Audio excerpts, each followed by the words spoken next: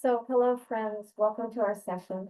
We're going to start by taking you on a short journey that's going to set the stage for our presentation. So I will invite you to make sure your cell phones are turned off, get comfortable in your chair, close your eyes, take a deep breath, and relax. I want you to imagine that you're on a remote mountain hike and you're in the forest heading uphill. You can hear birds singing and your lungs are filled with cool, clean air.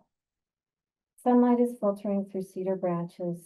You can feel the soft earth beneath your feet and smell the dust with each step you take.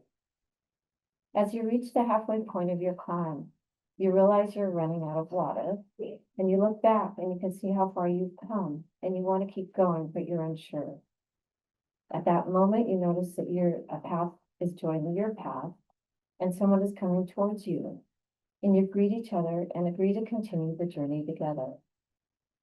Your new companion shares extra water they brought with you, and you share food with them. Before long, another path meets up, and you are joined by two new companions, and more sharing happens. As the journey progresses, you build friendship and trust. You begin to think you will reach your goal, but then you stumble and fall. Your companions help you to your feet, and you find that you're okay. Along the way, there are fallen trees to climb over, streams to cross, and at times the path is really hard to see. You have doubts, but despite the challenges, the group keeps going forward and helping each other along the way.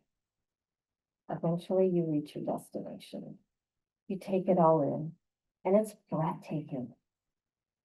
You feel a great sense of accomplishment and joy. You know for certain that you would not have made it on your own, and you are grateful for their skills and support and for sharing their resources. Take a minute to take that all in and open your eyes when you're ready. We took you on this journey to show you how successful collaboration can be and how it feels to be working in our regional environmental education partnership. The recent study of steep hills demonstrates how social support can affect the visual perception of slants. So participants in the study who were accompanied by a friend estimated the steepness of the hill to be less than those who were alone. So in other words, if you are having a support system around you, the physical world seems less challenging, and if you don't, it seems more challenging.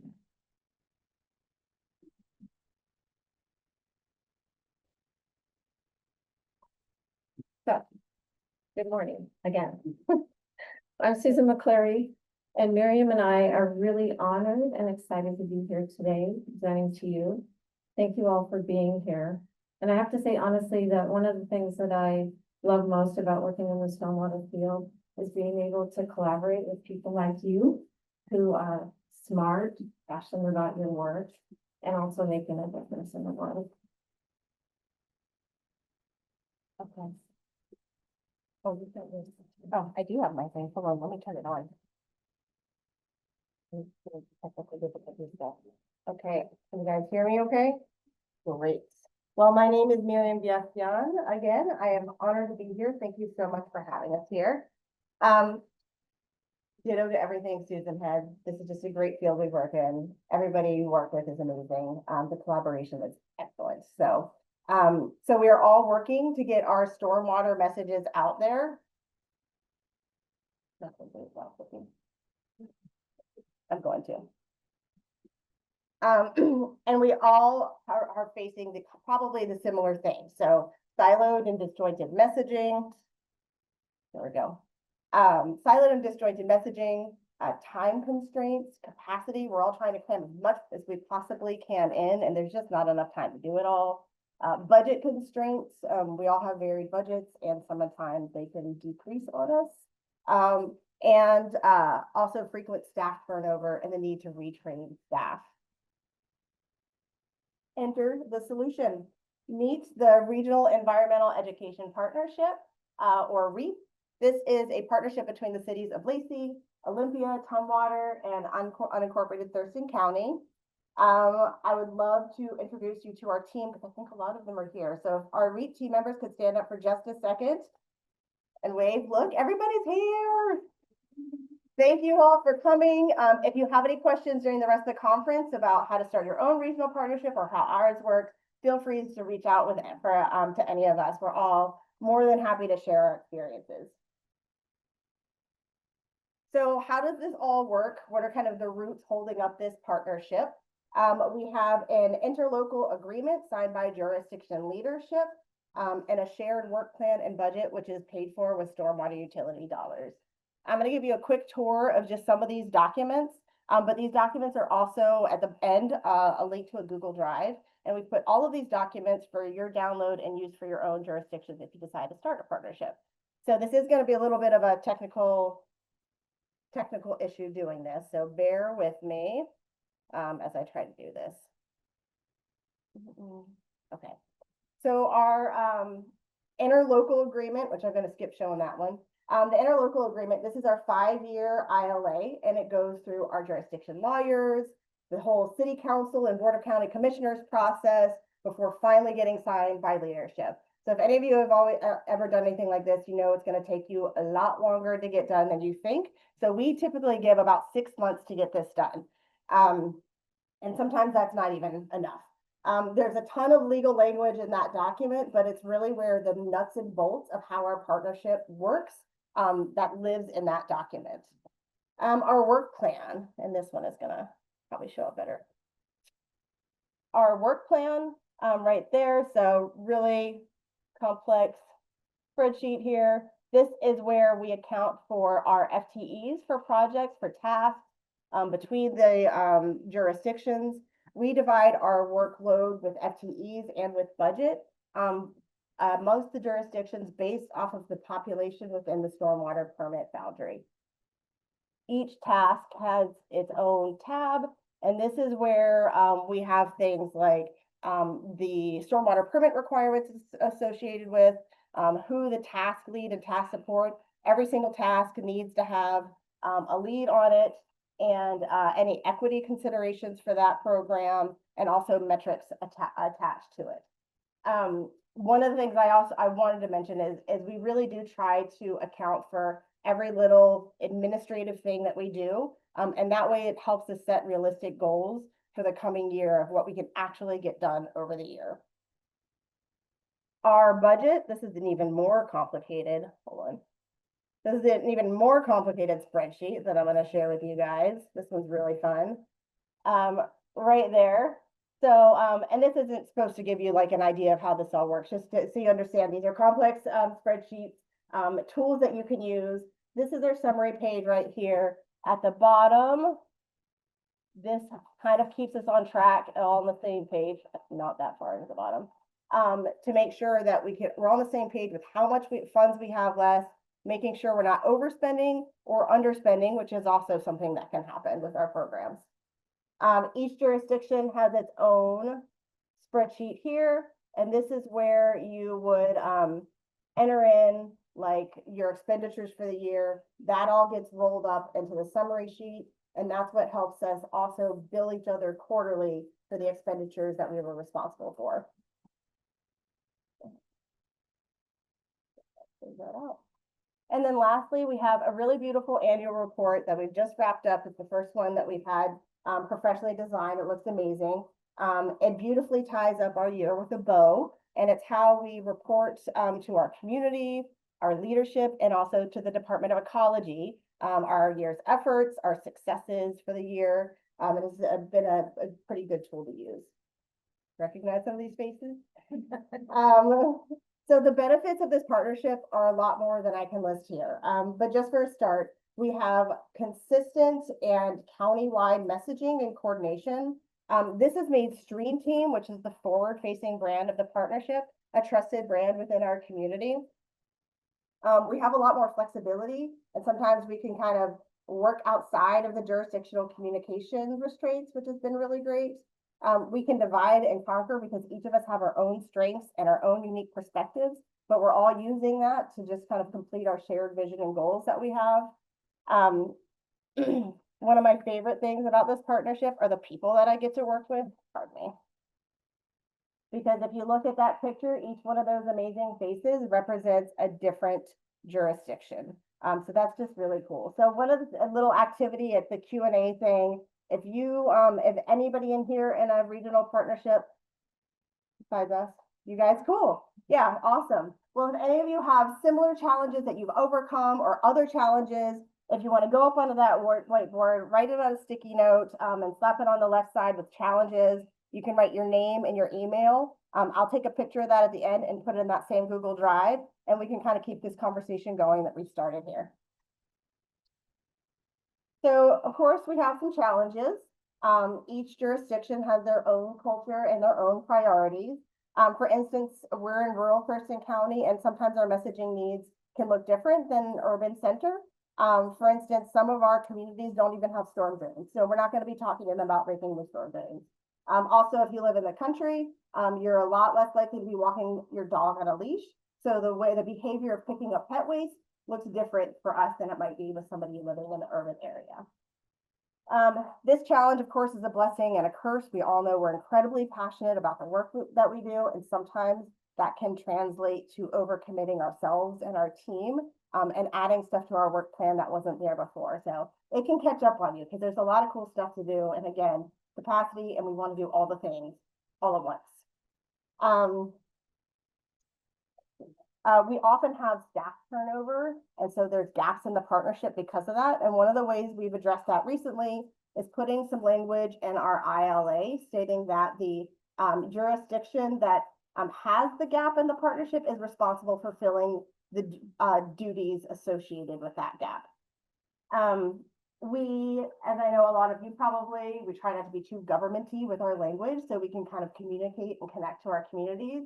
But I will say you can kind of take that too far, so far that your own government doesn't realize that they're a stream team. So we may or may not have run into that same situation. So we've actually been spending the last year or two re-educating our leadership that they are a stream team and that it's something that they should be proud of.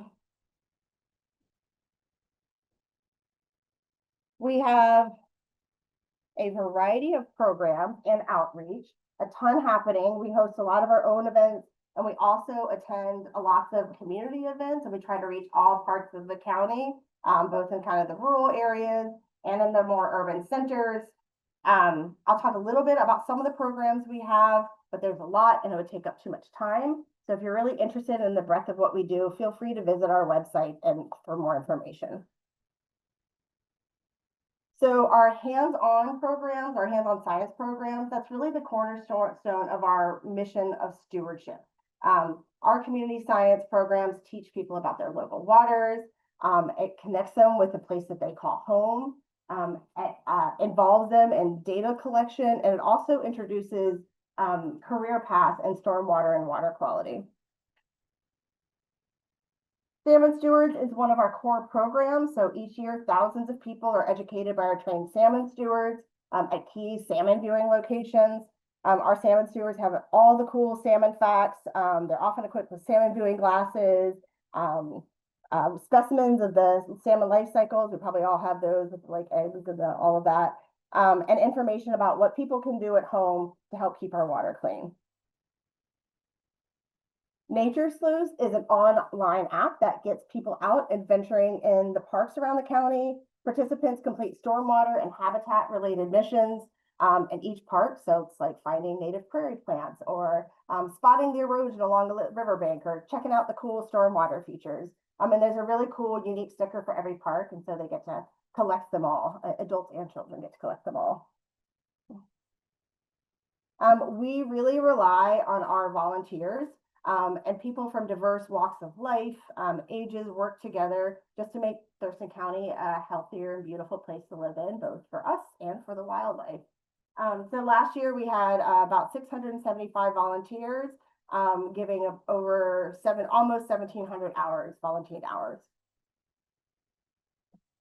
Yeah, and I just want to add right here something that's really special for all of us is when we get adult volunteers that tell us that they participated in the stream team with their parents like 10, 20, or 30 years ago.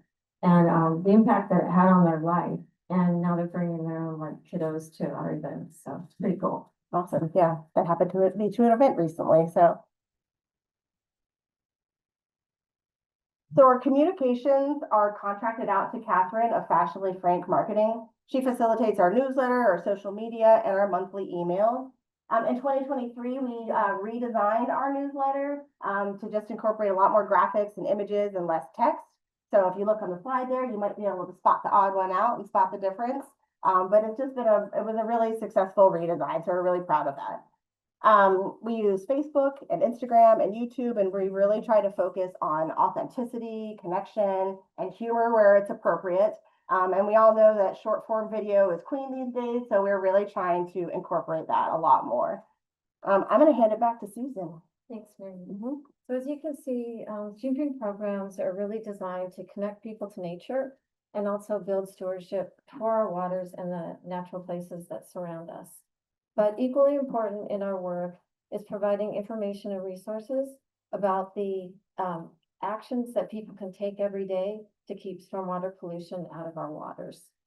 So we're really intentional about integrating pollution prevention messaging into all of our activities and events, and also on all of our other communication channels like our Stream Team newsletter.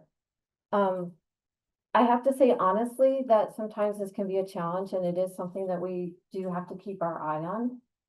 We cover a lot of different BMPs, from anywhere from picking up pet waste to rake a drain to reporting spills to natural yard care, car care, and more. And we really are striving to incorporate the latest audience research into our programs and social marketing best management practices. So a really big part of our work over the last few years has been to prioritize and strategize around equity. Okay, I just was told I have 5 minutes last time, talking fast. Okay. And so the reason why we wanted to do this was try to understand who is benefiting from our services and who wasn't. And so we began this strategy by following in the footsteps of some of our neighboring jurisdictions like Seattle and Tacoma, who developed equity indexes. So we partnered with the University of Washington Tacoma Ashland Mapping Program to develop our equity index. And our equity index, which is what you see here on the screen, is an interactive mapping tool which uses spatial data sets to display levels of burden across census blocks in Thurston County.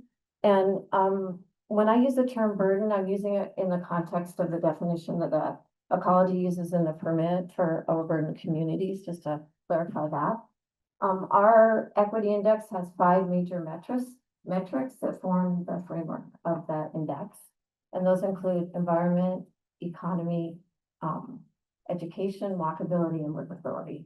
And each of sometimes I don't get them all.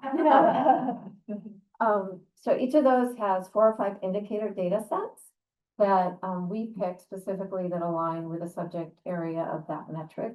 And so, for example, for walkability, we selected the percent of residential parcels that are within a mile of a bus stop, within a mile of a grocery store, within a mile of a library, or within a mile of a natural area or park. And so what happens is those metric scores get added up, and then it gets rolled up into an overall score for each of the census blocks. And then that score is an indicator of the level of burden for the people that are living in that area. And so what you're seeing on the map here is those really dark areas would be the areas that are the most impacted, and the dark green areas are the areas that are least impacted. So we used federal, regional, and local data sources for our index, and it's really important to say that the more local the data is, usually the better it is, and that no data is perfect. So ground truthing is a really important part of this process. So one example of that, if you look here and the kind of bright orange at the bottom of the county, that is considered an overburdened area. But if you look, that's actually mostly forest, but not a lot of people living there. So we're probably not going to be pushing a lot of our programs to that area. So that's an example of where you should ground truth. So after creating the index, what we did is we took 10 years of REEP program data. We collected it all together, we analyzed it, and we layered over the equity index. And that kind of really showed us like who was benefiting from our services and who wasn't. And it also showed us our areas where we had service area gaps. And so, so what did we learn? We learned what we kind of suspected is that, the majority of the work that we are doing, we're benefiting the most affluent areas in our jurisdictions. And that's a little crushing, you kind of think about it and you suspect it, but then when you actually see it in real data, it can really hit you hard. But it really motivated us to develop shared goals around what we wanted to accomplish. And then also think about how many? One. We'll just cut out some of your questions, Patty. Yeah. And then, what steps do we want to take next? And so one of the first steps that we took was really thinking about how can we develop partnerships in the community with community-based organizations that are prioritizing equity. And in this way, we're able to kind of cut down on the number of events that we were actually creating and join other people's events to broaden our audience reach and also reduce our workload. So another thing that we would like you to do if you want is if you are working with partners in your local area and you want to write them down and put your information, you can post it there and we'll also share that information later because we'd love to hear about what partners you're working with. So, co-designing events. One of the most meaningful partnerships that, for me, that we developed over the last few years is with Cielo. Cielo is a nonprofit agency that provides support services for Latinx immigrants and refugees. And so we went to them with kind of the idea that we wanted to see how our programs could benefit the communities that they support. And so what they told us was join our food banks. So we showed up for the food banks. They told us come to our really big annual events. So we showed up at their annual events. And we also co-designed a few programs with them. And these are kind of nature-based outdoor events. And what we did was we provided food, we provided transportation, and we provided translation. So those are really key important things that you need to think about. And so one of the events that, I'm gonna skip over that part. We did a really cool event at Tumwater Falls celebrating salmon. We also did Marine Creature Mondays, and we also did a stream bug monitoring event.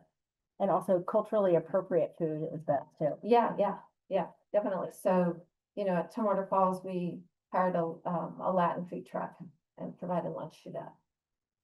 So looking forward, last year we did a couple equity retreats. We worked with a facilitator to help us develop the 2025 to 2027 equity action plan. And this is kind of our roadmap for what we're going to be doing for the next few years. And some of the priority areas that we identified was building capacity, because when you're doing equity work, you need to build capacity to do it because it takes time and energy. And so we're looking at different ways to build capacity. We also have developed different ways of different actionable steps that we can take, like locating events and prioritizing things in the overburdened areas like newsletter distribution, new nature sleuths, adventures, things like that. And then we're also really focusing in on building our metrics and benchmarks. And so that's really important so we can know like how well do we do? How much do we do? Are we having an impact on the community? So that ends the presentation. Did I make it on time?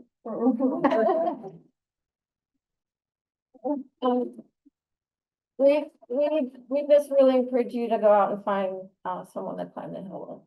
Yep. We have 5 minutes. Yep, this slide just has our contact information with the QR code, but this is the money QR code that has all of those documents. Also an SOP on how to update that spreadsheet on your own to use for your jurisdiction. We have to update it every year, and it's takes a little bit every time. So I finally made an SOP for it.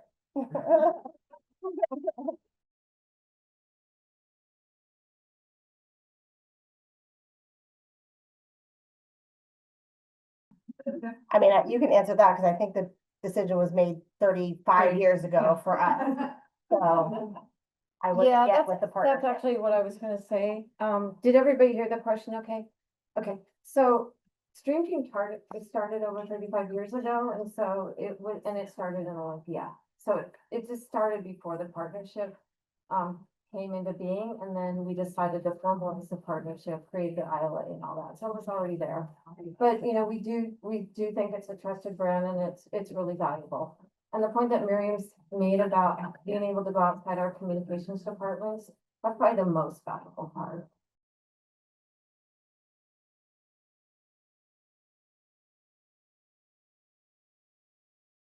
I mean, I think we touched Talk on about the internal. Yeah, I think there were some internal challenges.